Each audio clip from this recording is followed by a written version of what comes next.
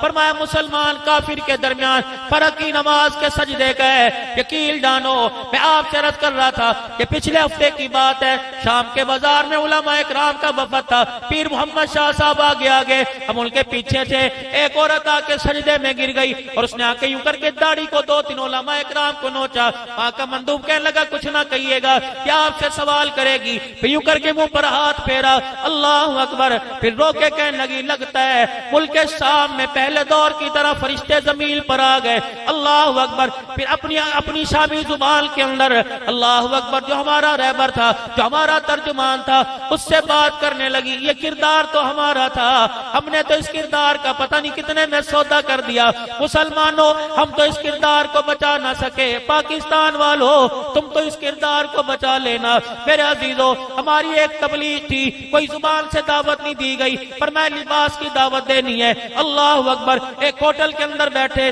16 علماء اکرام ہمارے سمیت یوں آستین اوپر کر کے سنت کے مطابق 3 انگلیوں سے کھانا کھا رہے تھے۔ وہاں کھانا سرو کرنے والی ایک لڑکی جس کا نام نسرین تھا بار بار آ کے انگلیوں کو دیکھ رہی تھی، اس نے اپنی شامی زبان میں کہا اللہ اکبر، کہ اس محمد کا کیا کہنا جس نے اپنے چاہنے والوں کو کھانا کھانے کا طریقہ بھی سکھلا دیا ہے۔ پوری دنیا ترس رہی ہے، پوری دنیا ترس رہی ہے۔ میری گھر والی میرے ساتھ تھی، میں نے کہا وہ ایک چادر سندھی 2 دن میں لے کے گیا تھا، میری نیت تھی میں کسی کو دوں گا، تو وہ تو اپنا کلچر ہی بیچ کے بیٹھے ہوئے، اور پھر ان پر جو ظلم کی داستان جو ان پر، اللہ اکبر، ان کا تو کچھ بچا ہی کوئی نہیں میرے عزیزوں۔ تو میں نے وہ چادر لی، گھرا بھی، میں نے کہا یہاں ایجنسیاں بھی بہت زیادہ ہیں، شام صبح ناشتے کا وقت تھا، میں نے گھر والی سے کہا، میں نے کہا چادر لے کے آ، کرے گا کیا؟ میں نے کہا میں اس بیٹی کے سر پہ دوں گا۔ انہوں نے کہا نہ یہ کام نہ کر، تو اپنا مولوی پڑھا میں جھاڑی جا کے ایسے کام نہ کر۔ میں کہا تو لے کے تو آ، ڈر لگ رہا تھا میاں کیا کرے، اور تیسرا بندہ ایجنسی کا، میں نے کہا تو لے کے تو آ۔ بہرحال شوہر کا حکم مانتے ہو چادر لائی، میں نے اس بچی کو بلایا، میں نے اسے کہا کہ میں تجھے ہدیہ دوں، وہ مجھے بھی پوچھ نہ وہ ہم اس کی زبان اور بھی کچھ عجیب ہی بولتے، نہ اس کی زبان نہ وہ، اللہ اکبر۔ ایمان کی حالت میں بیٹھا ہوں میرے عزیزوں، میرا کلیجہ منہ کو آ رہا ہے، میں نے وہ چادر کھولی، اس بچی کے سر پہ دی، پتہ نہیں اس نے میرے ہاتھ پہ کتنی مرتبہ بوسہ دیا، میں پیچھے دھکیلتا رہا۔ وہاں کا مجھے ترجمان کہنے لگا نہ کرنے دو، رو کے اس نے اپنی زبان میں کہا یہ فرشتے کہاں سے آ گئے، ہم نے تو جب سے ہوش سنبھالا لوگوں نے ہمارے کپڑے اتارے، یہ فرشتے کہاں سے میں چادریں اڑانے والے آ گئے۔ میں نے کہا میں تجھے کیا بتاؤں، جو چادر کا پردہ، جو حفاظت چادر کی زینب اپنے مدینے سے لے کے ملک شام میں آئی تھی، مشتروا بہ ثمنا قلیلا، ہماری بیٹیوں نے اس چادر کا بڑے سستے داموں میں سودا کر دیا ہے۔ 4 گھنٹے کے قریب ہم سیدہ زینب کی قبر کے پاس بیٹھے رہے، ظہر کی نماز ہم نے وہاں پڑھی، پیر محمد شاہ مسکین پوری دھاڑے مار مار کے رونے لگ گیا، کہنے لگا ام المصائب اس کا صحیح نام رکھا۔ اے لوگوں، کسی کے بھائی کو کسی کی بیل کے سامنے چھوٹا سا کٹ لگ جائے، وہ دوپٹہ پھاڑ کے پٹیاں باندھتی ہے۔ کربلا کے میدان میں اس نے 72 کے گلوں کے چھرا چلتے دیکھا، کتنی صابرہ عورت تھی، یہ پردہ بھی بچا کے چلی گئی، قیامت کی صبح تک نانے کے دل پر بھی کوئی حرف نہیں آنے دیا۔ ہمیں ایسا محسوس ہوا، سیدہ زینب نے ہمیں پیغام دیا، پاکستان میں رہنے والی زینب سے کہہ دینا، پاکستان میں رہنے والی رقیہ ام کلثوم سے، فاطمہ سے کہہ دینا، ہم قیامت کے دن تمہارے سے کم از کم اتنا تو پوچھے گی، جس پردے کو بچاتے بچاتے ہمارا بھائی نیزے کی اینی پہ چڑھ گیا، بتاؤ تم نے اس پردے کا کتنی تحفظ، کتنی عزت کی، تم نے اس پردے کا کیا خیال کیا۔ آج میری بیٹیوں، اللہ کی عزت کی قسم ہے، دمشق شام لبنان کے اندر، اردن کے بارڈر پہ، فلسطین کے بارڈر پر جا کے پتہ لگا، الحمدللہ پاکستان اللہ کی ایک بہت بڑی نعمت ہے، اس وقت جو مسلمانوں کے پاس مدرسے ہیں، مسلمانوں کے پاس مساجد ہیں، مسلمانوں کے پاس یہ میرے عزیزوں، اللہ اکبر، مسلمانوں کے پاس جمعے کے خطبے ہیں، درس و تدریس ہے، حدیث کا درس ہے، قرآن کریم کا درس ہے، یہ اللہ کا بہت بڑا عطیہ ہے، اللہ کی بہت بڑی نعمت ہے۔ یقین جانو ایسے اسلامی ملک کا ہم دورہ کر کے آئے جہاں میں اذان سننے کو نہیں ملتی. میرے عزیزو اذان کے اندر 2 نمبری کر رکھی ہے. بلال لیٹا ہوا کیا کہتا ہوگا جو اذان میں مکے مدینے میں سناتا رہا. مسلمانوں وہ اذان مجھے 1400 سال لیٹے ہو گئے کبھی آج تک کان میں سنائی نہیں دی گئی ہے.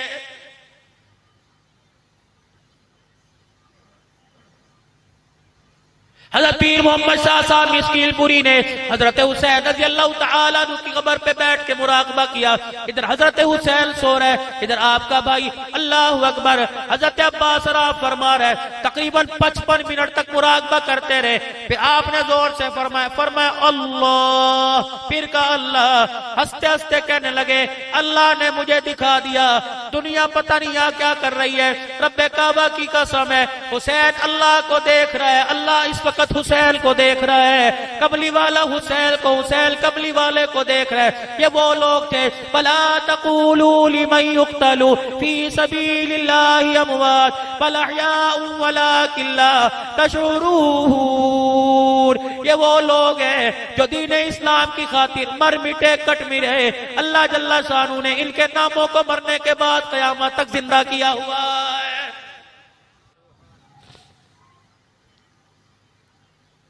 اگلی بات بتاتے خدا کی قسم آج جمعے کے خطبے میں بتاتے ہوئے پھر آنسو نہ تھمے. اللہ اکبر کوفے کی جامع مسجد جہاں حضرت علی رضی اللہ تعالیٰ عنہ کو ضرب لگی تھی. پچھلی جمعرات میرے عزیزو ہم وہیں پچھلے بدھ کو وہیں بیٹھے ہوئے تھے. ہم نے عصر کی نماز وہیں پڑھی اور مغرب کی نماز پڑھی. ہمارا جو رہبر تھا کہنے لگا آؤ آپ کو ایسی چیز دکھائے جو آپ کی سوچ میں نہ ہوگی. مسجد سے باہر نکلے کہنے لگے آؤ تمہیں حضرت علی کا مکان دکھائے. اللہ اکبر حضرت علی کا مکان دکھایا گیا. زیادہ سے زیادہ 1.5 مرلے پہ مکان تھا. 5 کمرے بنے ہوئے تھے. ایک کمرہ جناب ام المنین کا, ایک کمرہ جناب حضرت عباس کا, ایک کمرہ حضرت علی فاطمہ کا, ایک کمرہ میرا عزیزو حضرت حسن حسین کا. 5 یا 6 تھے. ایک کمرہ صرف سیدہ زینب کا, ایک کمرہ سیدہ رقیہ ام کلثوم کا. اللہ کی قسم اگر 2 آدمی وہ کمرے میں لیٹ جائیں تیسرے کے پاؤں کی رکھنے کی جگہ نہیں ملتی. میں نے اپنی بیوی کو وہاں کندھا مارا. میں نے کہا محل مانگنے والی کہتی میری دنیا کی خواہش ہے بس تو مجھے ایک بڑا مکان بنا دے. تمہارے اندر بھی ایک جھگڑے ہوں گے, تمہارے گھر کے اندر بھی 24 گھنٹے لڑائیاں ہوں گی, بس مجھے کوٹھی بنا کے دے دو. گاڑی دروازے پہ کھڑی ہو, سونے کے کنگن بنا کے دے دو. اللہ اکبر 5000 روپیہ مجھے مہینہ دے دو, پھر تمہارے سے گلا کوئی نہیں. میں نے بیوی سے کہا, میں نے کہا تو بھی کبھی کبھی بڑا مکان مانگتی ہے. اللہ اکبر ان کچے کوٹھوں کو دیکھ لے. رب کعبہ کی قسم ہے ان کمروں کے اندر جنت کی شہزادیاں راج کر کے چلی گئی ہیں. اسی ویڑے کے اندر مولانا حضرت جی اتنا سا ایک کنواں تھا. اللہ اکبر آج بھی اس کنویں کا پانی چل رہا تھا. باہر نل لگا رکھے تھے. ہم نے کہا یہ کنواں تو گھر کے باہر ہوتا ہے, کنواں تو آنگن میں ہوتا ہے, قبروں میں کنواں ایسا کہہ کے بنایا. کہنے لگے علی بڑا غیرت والا تھا, علی بڑا حیا والا تھا, علی کی گھر والی بڑی غیرت والی تھی. یہ وہی گھر والی سیدہ فاطمہ الزہرا ہے جس نے حضرت علی سے فرمایا تھا میرا جنازہ رات کے اندھیرے میں چراغ گل کر کے اٹھانا تاکہ میری چرپائی کی لکڑی پر بھی کسی غیر محرم کی نظر نہ پڑ جائے. فرمایا علی اتنا غیرت والا تھا اس نے پانی کا کنواں بھی اپنے گھر کے کمرے میں کھدوا دیا کہ آل رسول کی پیر کی جتی پر بھی کسی غیر محرم کی نظر نہ پڑ جائے.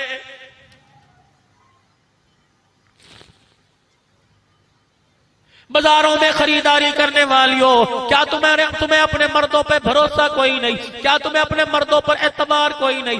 میری بات کو آسان نہ لینا, گھر جا کے تھوڑی دیر کے لیے سمجھنا. تم نے پردے پسند کر کے, اللہ اکبر, تم نے قلیل دروازے پسند کر کے, تم نے مکان بنا کر, اللہ اکبر, دنیا کی عزت تو پالی لیکن آخرت کی عزت کو اپنے ہاتھوں سے اللہ کی قسم ناکام کر دیا ہے. یہ بھی کوئی بات ہے تیرے میرے گھر کے جھگڑے پنچایتوں کے اندر حل ہونے لگے؟ یہ بھی کوئی بات ہے لال جوڑے کے اندر تجھے لے کے آیا تھا, قرآن کے سائے میں قرآن کی آیتوں میں جاب و قبول کر کے تجھے لے کے آیا تھا. یہ بھی کوئی بات ہے سردی کے موسم پہ کپڑے نہ ملے تو عدالت کے اندر طلاق لینے چلی گئی.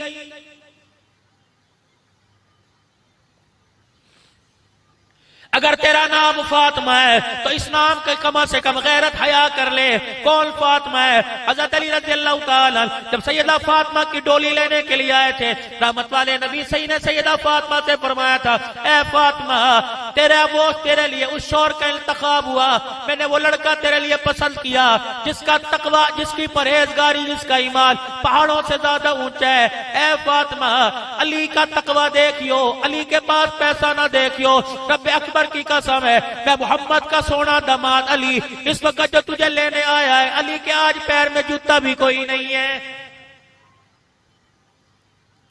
فاطمہ دو باتوں کا خیال کرنا، روٹی ملے نہ ملے گزارا کر لینا، کپڑا پھٹا پہن کے گزارا کر لینا، روٹی کپڑے سے گھر میں جھگڑا نہ کرنا، تیرا جھگڑا ہو جائے گا.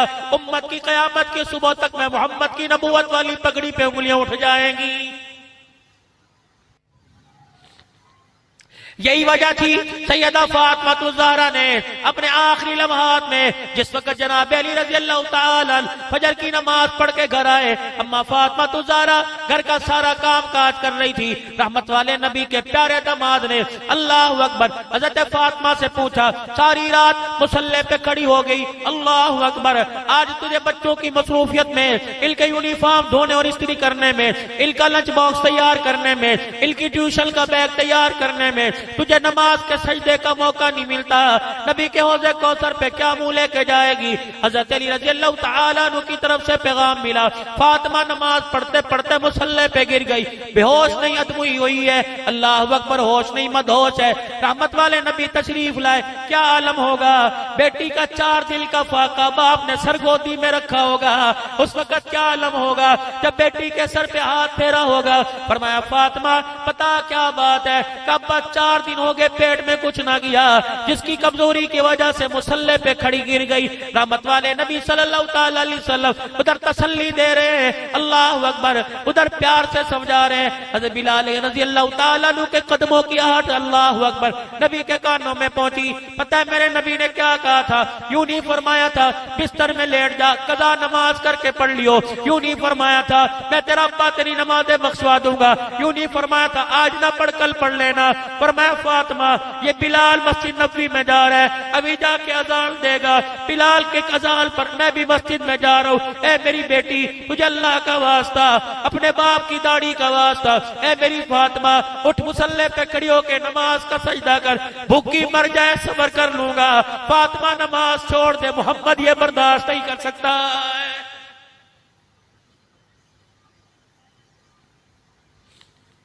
جمعے کے دن آج مسجد میں حاضری دینے والوں مجھے بتاؤ 8 دن کی نمازیں کس کے بھروسے پہ چھوڑ کے بیٹھے ہو؟ مجھے بھی تو وہ قرآن کی آیت دکھا دو، مجھے بھی تو وہ حدیث کی حدیث سنا دو کہ جس میں امام الانبیاء صلی اللہ علیہ وسلم نے کہا نمازیں چھوڑ کے آ جانا، میں محمد تمہارا سفارشی بن جاؤں گا.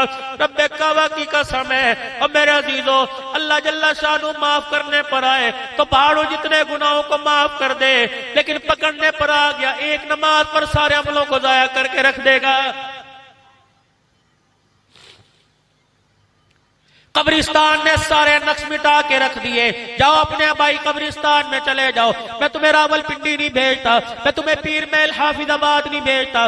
جاؤ اپنے چنوٹ کے قبرستان میں چلے جاؤ. دیوبندی بھی پڑھا ہے، بریلوی ساتھ ہے، اہل حدیث ساتھ ہے، سلفی سیفی ساتھ ہے، ترمذی نقشبندی سہروردی قادری ساتھ ہے. مسجدوں کے اندر فرق کیوں کر لیا؟ رب کعبہ کی قسم ہے اس نفرت کی آگ نے مسجدوں کو اجاڑ کر رکھ دیا، اس نفرتوں کی آگ نے مسجدوں کا بیڑا غرق کر کے رکھ دیا. آج میرے عزیزوں بازاروں میں رش ہے، خدا کے گھر میں جمعے کے دن بھی رش کوئی نہیں.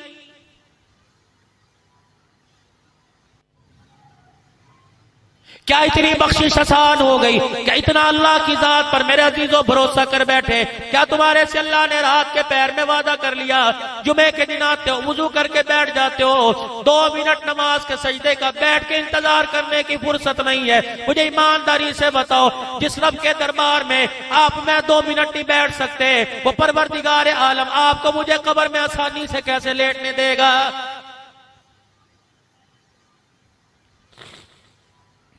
یا تو امت کو پیغام دینا چاہیے تھا، 5 نمازوں کے ساتھ پیغام دینا چاہیے تھا، تہجد کی نماز کی پابندی کرو. تمہیں کس پاگل کے بچے نے، تمہیں کس پاگل نے میرے عزیزو تمہیں کس نے مت دے دی کہ رات کو 2-2 بجے سونا؟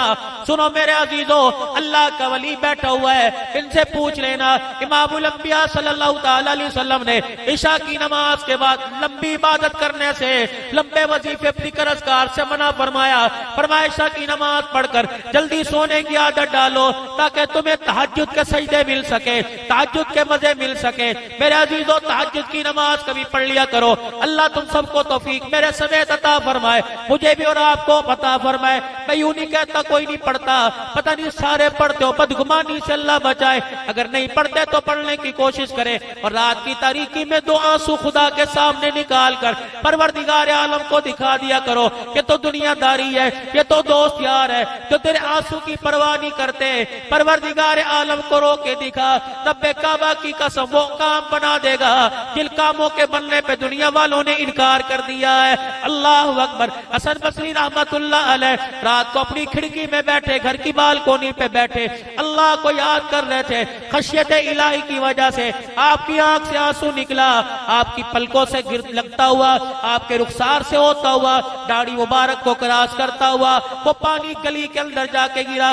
ایک آدمی اللہ والا جا رہا تھا، اس کے سر کی پگڑی پہ وہ پانی کا قطرہ گرا، اس نے یوں کر کے پانی دیکھا، آنسو دیکھا، آسمان کی طرف، گھر کی طرف، صاحب خانہ کی طرف دیکھ کے کہنے لگا پتہ نہیں کون سا گندا پانی ہے، پتہ نہیں کون سا پرنالا ٹپکا۔ حسن بصری کی کانوں میں آواز پہنچی، کہنے لگے اس پانی کو گندا نہ کہے، اس میں اتنی پاور ہے، اگر وہ قبول کر لے تو خدا کی ساری جہنم کو بجھا کے رکھ دے گا۔ اگر وہ قبول